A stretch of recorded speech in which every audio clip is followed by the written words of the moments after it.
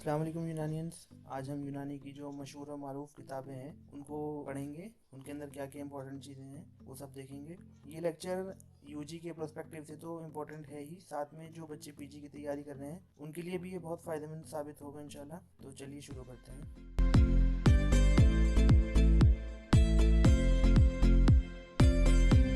तो सबसे पहले हम देखेंगे कि बुकरात यानी कि हिपोक्रेट ने कौन कौन सी किताबें लिखी थी। तो इसमें सबसे पहले है किताबुल अजना।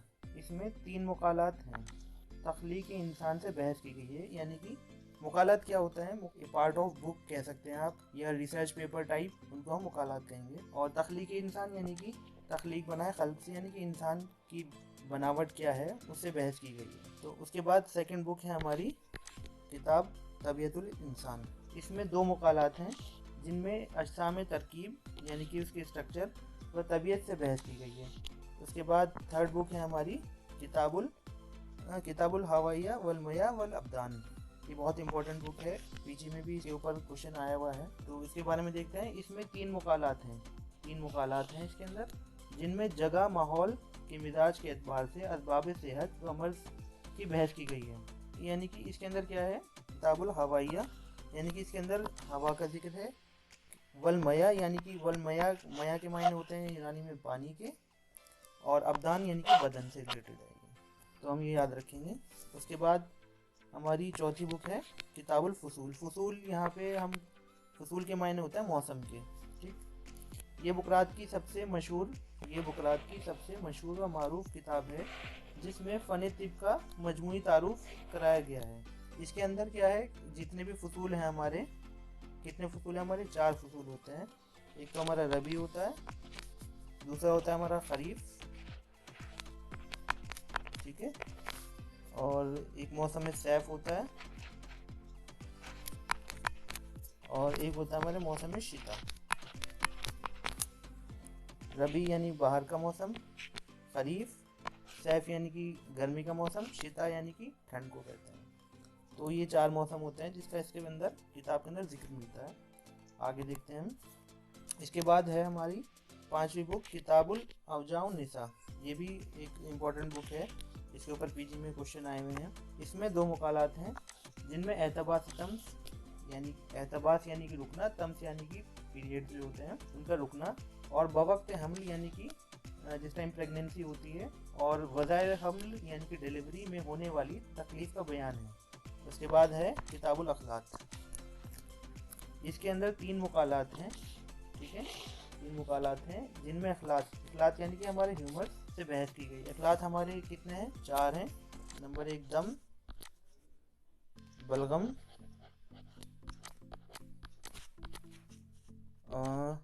सफरा और सौदा, ठीक है। उसके बाद हम देखते हैं आगे की किताब किताबुल ग़िज़ा।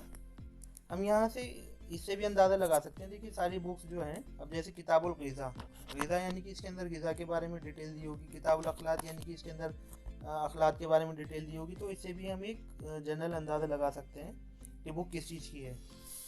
अगर क्वेश्चन में अगर पूछा जाता है और हमें नहीं आइडिया है तो हम थोड़ा बहुत आइडिया लगा सकते हैं। तो इसके अंदर 4 मुकालात हैं जिनमें ग़िज़ा और बदन के ताल्लुक से बहस की गई है। उसके बाद नेक्स्ट बुक है हमारी किताबुल अमराज़ुल हारा। इसमें 3 मुकालात हैं जिनमें हार अमराज यहाँ पे हम एक्यूट भी कह सकते हैं, ठीक है, एक्यूट डिजीज।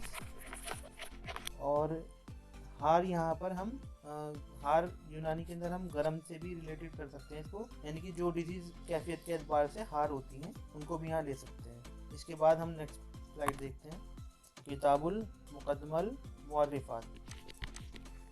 इसमें भी 3 मुकालात हैं जिनमें तशख़ीस मर्ज़ व लिहाज़ दर्जात मर्ज़ से बहस की गई है।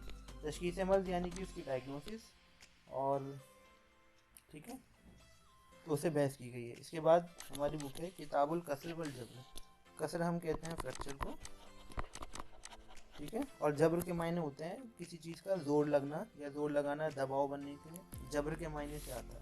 इसके अंदर भी 3 मुकालात हैं, जिसके अंदर हड्डियों की कसर यानी कि फ्रैक्चर बताया था अभी, और खला यानी कि डिसलोकेशन से बहस की। के बाद नेक्स्ट स्लाइड देखते हैं। अबुल कासिम ज़हरावी। अबुल कासिम ज़हरावी की बहुत ही फेमस बुक है ये, किताबुल तसरीफ़ वेदे में कम कहते हैं, ठीक है। इसके बारे में देखते हैं। किताबुल तसरीफ़ ज़हरावी की बहुत ही मशहूर और मारूफ किताब है। ये किताब 30 मुकालात पर, याद रखिएगा 30 मुकालात पर मुश्तमिल है और आखिरी मुकाले में ही सिर्फ इल्म जराहत से ताल्लुक है, यानी कि जो इसका लास्ट वाला पैरा है वही सिर्फ सर्जरी से रिलेटेड है, लेकिन ये आखिरी मुकाला ही इतना मकबूल हुआ कि बाकी के 29 मुकालों पर सबकत ले गया। यानी कि सिर्फ इसका ये पार्ट ही इतना ज़्यादा फेमस हुआ कि बुक इसी नाम से जाने लगी कि ये बुक सर्जरी की है। और आम लोगों का ख्याल ये है, जैसे देखिए लोग इसके अंदर दिया हुआ है, आम लोगों का ख्याल ये है कि ये किताबुल तसरीफ़ पूरी तरह से सिर्फ और सिर्फ जराहत से ही मुताल्लिक़ रखती है, जबकि ऐसा नहीं है।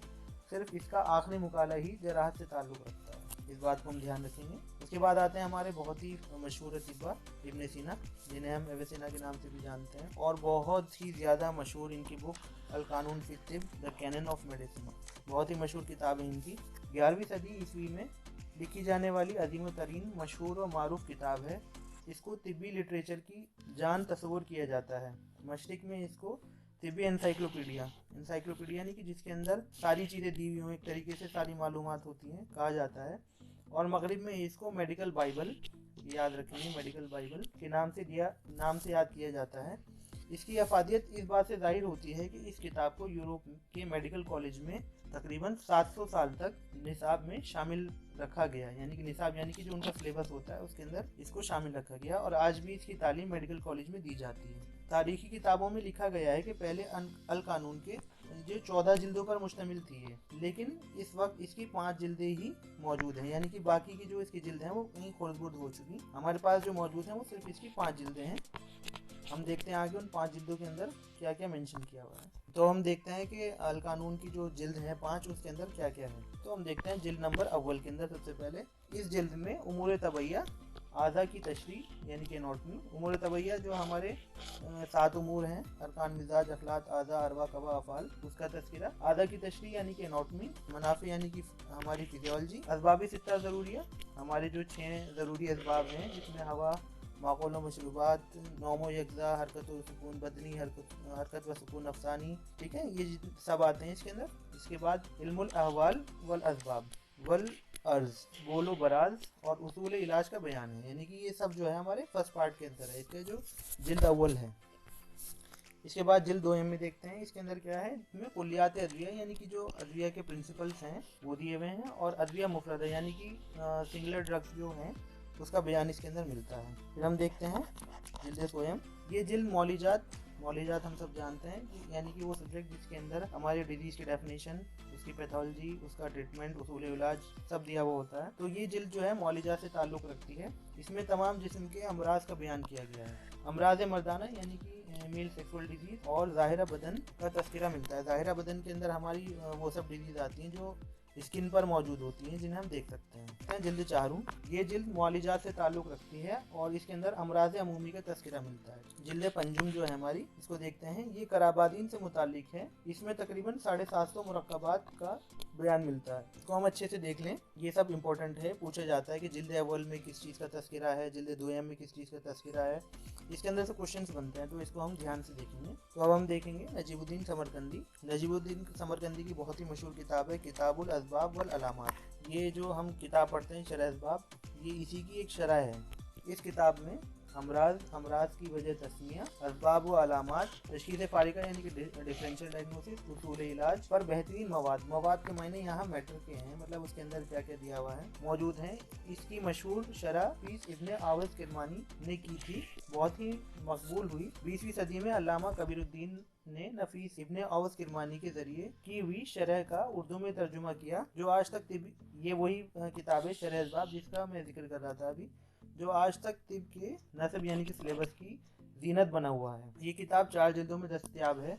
हालांकि ये जो 4 जिल्द वाली बुक है अब मार्केट में नहीं मिलती, सिर्फ एक ही इसकी कंबाइंड बुक मिलती है शरह असबाब के नाम से। तो इसके अंदर 4 जिल्दें हैं, तो हम देखते हैं 4 जिल्दों में क्या है। नंबर 1, जिल्द अव्वल के अंदर क्या क्या दे रखा है। जिल्द अव्वल में अमराज रास यानी कि हमारी सर और गर्दन से रिलेटेड जितने अमराज होते हैं सब इसके अंदर आ जाएंगे, और अमराज चश्म यानी कि जितनी आई डिजीज़ हैं अमराज चश्म के इलाज का जिक्र है। इसके बाद जिल्द 2 देखते हैं, जिल्द 2 में क्या क्या चीज़ें हैं। जिल्द 2 में अमराज अज़्न, कान, हलक, थ्रोट, सदर, थोरेक्स, रिया लंग्स, जिगर लिवर का जिक्र और इलाज दर्ज है इसके अंदर। फिर जिल्द सोयम के अंदर देखते हैं यानी कि तीसरा पार्ट जो है इसके अंदर क्या क्या दिया हुआ है। इसमें अमराज तिहाल व गुर्दा यानी कि स्प्लीन एंड किडनी व मसाना यानी कि ब्लैडर, अमराज व मर्दाना व जनाना यानी कि मेल सेक्सुअल डिजीज और फीमेल सेक्सुअल डिजीज, और जिल्द का जिक्र है, ठीक है, यानी कि स्किन की जो डिजीज होती है उनका भी जिक्र है। जिल्द चाहरुम यानी कि जो इसका चौथी जिल्द जो है, चौथा पार्ट है, इसमें देखते हैं जिल्द चाहरुम में अमराज कसर यानी कि फ्रैक्चर व खला डिसलोकेशन, बाल के अमराज यानी कि डिजीज ऑफ हेयर का जिक्र है। इसमें हुमियात और बहरान की तफसील और उसूल इलाज का जिक्र मिलता है। हुमियात यानी कि फीवर और बहरान यानी कि क्राइसिस, इसमें इसका तफसील से जिक्र मिलता है। इसके बाद इनकी और भी किताबें हैं, तो हम देखते हैं अग़ज़ियाउल मर्ज़ी, अमराज़ों के एतबार से, ये इसके अंदर भी हम ये देखेंगे। देखिए अग़ज़िया यानी कि ग़िज़ा से रिलेटेड है, अग़ज़िया अल मर्ज़, अग़ज़िया यानी कि ग़िज़ा, अल मर्ज़ यानी कि मर्ज़, तो हम जानते हैं मर्ज़ किसे कहते हैं। अब इसी से हम देख लेंगे अमराज के एतबार से परहेज़ और ग़िज़ा का तज़किरा, यानी कि इस बुक के अंदर ये दिया हुआ है कि किन किन डिजीज़ के अंदर हमें क्या खाना है और किन चीज़ों का हमें परहेज़ रखना है। फिर आती है हमारी किताबुल कराबादीन कबीर, अमराज की अलामत, असबाब और इलाज से जामे बहस मौजूद है इस किताब के अंदर। फिर हमारी बुक है किताबुल कराबादीन सगीर, कबीर यानी कि जो बड़ी, कबीर के मायने होते हैं बड़े या लेंथी के, और सगीर के मायने होते हैं छोटी या शॉर्ट के। नुस्ख़ाजात पर मुश्तमिल है, ये किताब जो है नुस्ख़ाजात पर मुश्तमिल है। उसके बाद कराबादीन समरकंदी, इसके लिए कोई डेटा नहीं मिल पाया, तो इसे हम सिर्फ ये याद रखेंगे इनकी कौन कौन सी बुक हैं। जैसे कि अभी हम देखा, एक तो इनकी किताबुल असबाब वल अलामात और किताबुल अग़ज़ियाल मर्ज़ी, किताबुल कराबादीन कबीर, किताबुल कराबादीन सगीर, कराबादीन समरकंदी, ठीक है, सॉरी। और फिर आते हैं हमारे जालिनूस गैलन, मेरे फेवरेट अतिबा हैं, तो देखते हैं इन्होंने कौन कौन सी किताबें लिखी हैं। किताबुल फ़र्क़ इम्पोर्टेंट बुक है, किताबुल उस्तक़सात, किताबुल मिज़ाज ये भी इम्पोर्टेंट बुक है, किताबुल क़वाअल तबिया, इसके बाद किताबुल अलल वल अमराज, इसके बाद है किताबुल हुमियात, ये भी इम्पोर्टेंट बुक है इनकी। इनसे जो इम्पोर्टेंट है इनसे कहीं ना कहीं क्वेश्चन बने हुए हैं, तो इनको आप गौर से देखें। इसके बाद है हमारी किताबुल बहरान, किताबुल नब्ज़ सगीर, किताबुल नब्ज़ कबीर, किताबुल तशरीह सगीर, किताबुल सनात सगीर, किताबुल खुलूस। तो इसके अंदर हमारी जो इम्पोर्टेंट है एक ये है, एक ये है और एक ये है, इन्हें हमें मेन फोकस इनके ऊपर देना है, बाकी याद हमें सभी रखनी है। उसके बाद हम देखते हैं अली इब्न अब्बास मजूसी, बहुत ही मशहूर किताब है इनकी, कामिलुस सना, बहुत ही मशहूर किताब है इनकी, जिसे हम लाइबर रिजियस के नाम से भी जानते हैं। इसको हम किताबुल मुल्की, ये भी इम्पोर्टेंट है, कई बार क्वेश्चन पूछा गया है किताबुल मुल्की कौन सी है या किताबुल कवानीन कौन सी है, तो इसमें बच्चे कंफ्यूज हो जाते हैं कि ये बुक कौन सी है, तो हम ये याद रखेंगे किताबुल मुल्की और किताबुल कवानीन जो है कामिलुस सना के ही मुतरादिफ होंगे, ठीक है। तो ये देखते हैं मजूसी की ये किताब बहुत ही ज़्यादा मशहूर है। इसने अपने मुसन्निफ यानी कि राइटर को साहिब कामिल लक़ब इस बुक की वजह से साहिब कामिल के नाम से मशहूर करा दिया था, यानी कि कामिल के मायने होते हैं कंप्लीट, यानी कि साहिब कामिल ऐसा मतलब ऐसा आदमी जो इल्म के एतबार से कामिल हो चुका हो। इस किताब की अजमत का अंदाज़ा इस बात से लगाया जा सकता है, इब्न सीना ने इस किताब के बारे में कहा है कि अगर ये हम लाइन याद रखेंगे कि कामिल सुना पहले मेरी नज़रों से गुजरी होती तो मुझे अल कानून लिखने की ज़रूरत ना पेश आती। यानी कि देखिए ये बुक कितनी अच्छी होगी, जिसको इब्न सीना ने पढ़ के ये बोला कि अगर ये बुक मैं पहले देख चुका होता तो मुझे उनकी जो मशहूर किताब थी अल कानून उसको लिखने की ज़रूरत नहीं होती। तो इसका लातिनी नेम यानी कि इसका लैटिन नेम जो है लाइबर रिजियस है। कामिलुस सना 2 जिल्दों पर मुश्तमिल है, यानी कि इसके 2 बड़े पार्ट्स हैं, दोनों जिल्दों में 20 मुकालात हैं, यानी कि सबसे बड़ी तो हमारी जिल्द हो गई, उससे छोटे हमारे मुकालात हो गए। इसके अंदर 387 बवाब हैं, बवाब जो है बाब की जमा है, यानी कि बाब उससे छोटे हो गए, ठीक है। इस किताब के इब्तदाई 10 मुकालात इल्म तिब की नजरी हिस्से, यानी कि नजरी हिस्सा कौन सा हुआ कि जिनको हम सिर्फ ऐसे पढ़ के और इल्म हासिल कर सकते हैं, इस इल्म तिब के नजरी हिस्से से बहस करते हैं, और बाकी 10 मुकालात में तिब अमली से बहस की गई है। तिब अमली यानी कि ऐसा इल्म जिसके अंदर हम प्रैक्टिकल करके उसे नॉलेज हासिल करते हैं। इल्मी के अंदर क्या है, सिर्फ नॉलेज मिलेगी, लेकिन अमली में अमल यानी कि उसका हम प्रैक्टिकल करेंगे। तो नेक्स्ट स्लाइड है हमारी अबू सहल मसीही। अबू सहल मसीह की बहुत इंपॉर्टेंट किताब है ये, किताबुल मात फिल तिब। ये किताब तो अबवाब मैंने आपको बताया था पीछे क्या होता है, फिर मुश्तमिल है, और हर बाब अपने आप में एक किताब का दर्जा रखता है, यानी कि छोटे छोटे पार्ट्स भी इनके इतने इम्पोर्टेंट है कि वो एक सिंगल अपना बाप भी पूरी बुक का दर्जा रखता है। इसलिए इसका नाम किताबुल मात, यानी मात के मायने जो होते हैं यहाँ 100 हैं, यानी कि 100 किताबें रख दिया गया। ये किताब अरबी ज़बान में लिखी गई थी, याद रखेंगे। इन बवाब में तिब के बुनियादी नज़रियात, इलाज व मुआलजात तफसील से दिया गया है।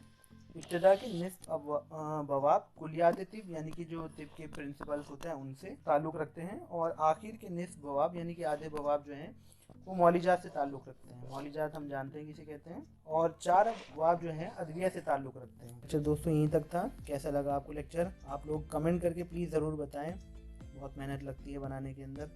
और अगर आपको ये वीडियो अच्छी लगी हो तो दोस्तों इसको प्लीज़ लाइक करें वीडियो को, और शेयर करें अपने दोस्तों के साथ, और हमारे चैनल को सब्सक्राइब करें। शुक्रिया।